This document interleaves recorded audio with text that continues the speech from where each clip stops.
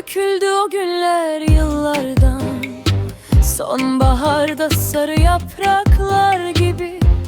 Geçti mevsimler dallardan, hava kışın eriyen karlar gibi. Ak düştü saçlara, kışın ovayı süsler beyaz pamuklar gibi. Yere düşen güllere olur kıymet bilmezsen değilmişsin gibi. J'ai jour c'est façon des années, comme les feuilles en automne. Les saisons s'inventent des montagnes, pour la neige fondante en hiver. Les cheveux gris tombent des plaines, comme les cotons blancs qui orent les plaines en hiver. C'est comme les jours qui tombent à terre, bam.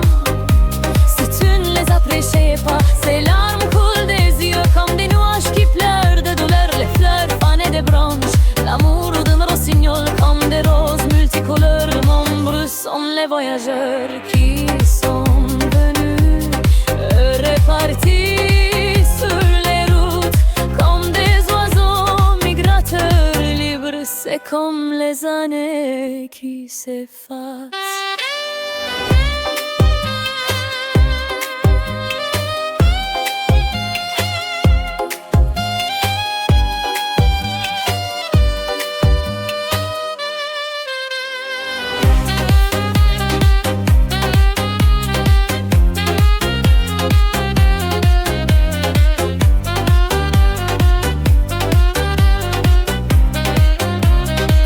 Dökülür yaşlar gözlerden, acıyla ağlayan bulutlar gibi.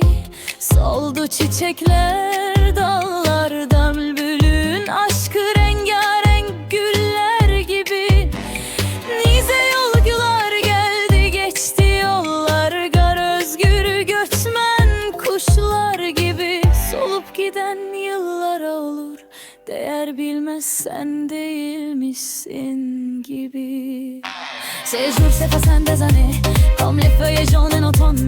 Les saisons s'inventent des montagnes, comme la neige fondante en hiver. Les cheveux gris tombent des têtes, mais les cotons blancs qui ornent les plaines en hiver. C'est comme les jours qui tombent à terre, gamme.